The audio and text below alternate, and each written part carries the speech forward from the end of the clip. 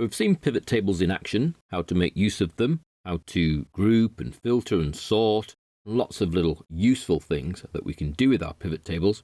But the last very useful thing that you can do with your pivot table is having the ability to connect it to an external data source, such as Microsoft SQL Server.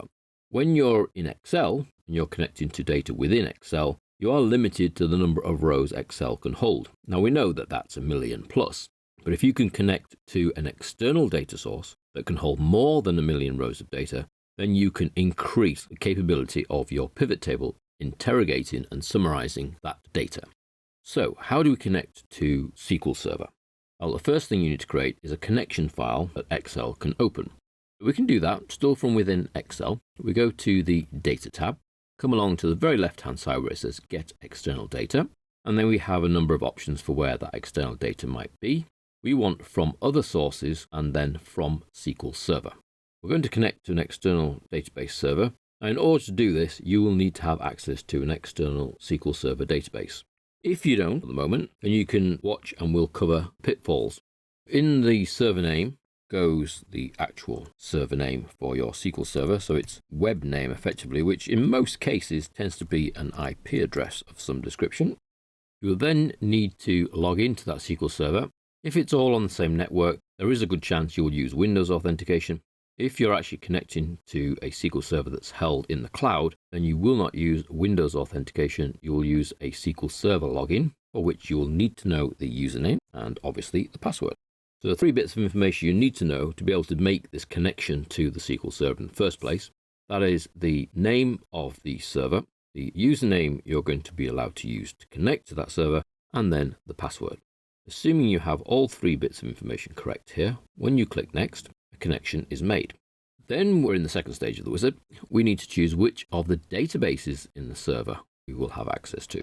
Now, depending on the login you're given, will depend on what you see here in this list, and then ultimately which of those databases you can actually have access to.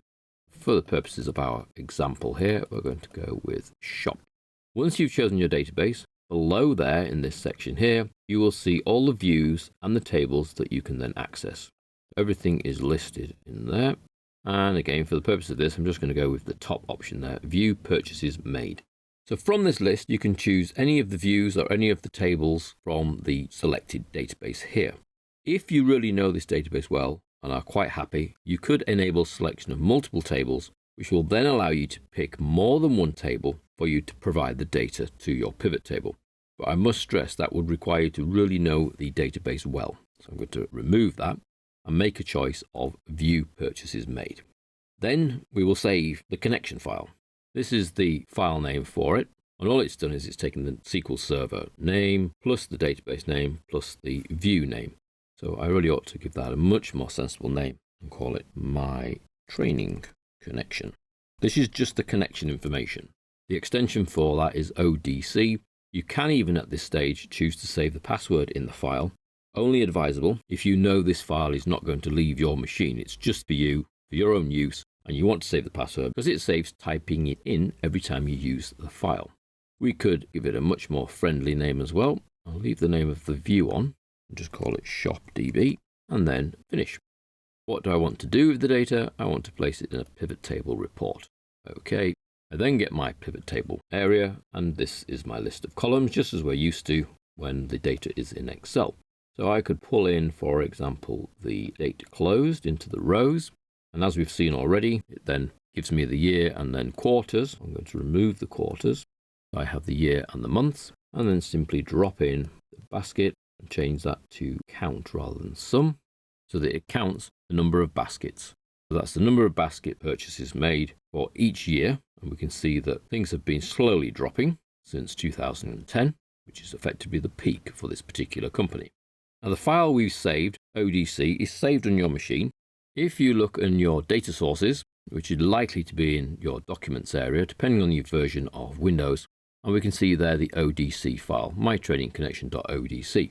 So should you need this same connection on another machine, you can simply email that across or take it across on a memory stick and then go and open a connection using that connection file and create your pivot table straight away. I will look shortly at how you create a pivot table from an existing ODC file shortly.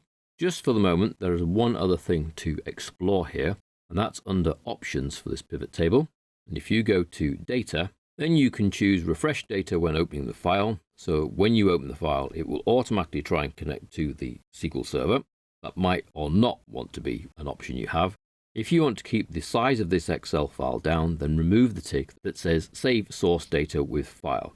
Otherwise, it will download all the data that's feeding this pivot table and keep it so that it obviously works a lot faster, but it will not be the latest data. You would need to force a refresh using the right click. Keeping the file down by removing this tick, causing it to refresh and therefore connect to the server again every time it opens is this tick. Either or of those can be on or off, it's down to your personal preference, but they're changed in the options for the individual pivot table and then the data tab. So this is connecting to an external SQL Server database.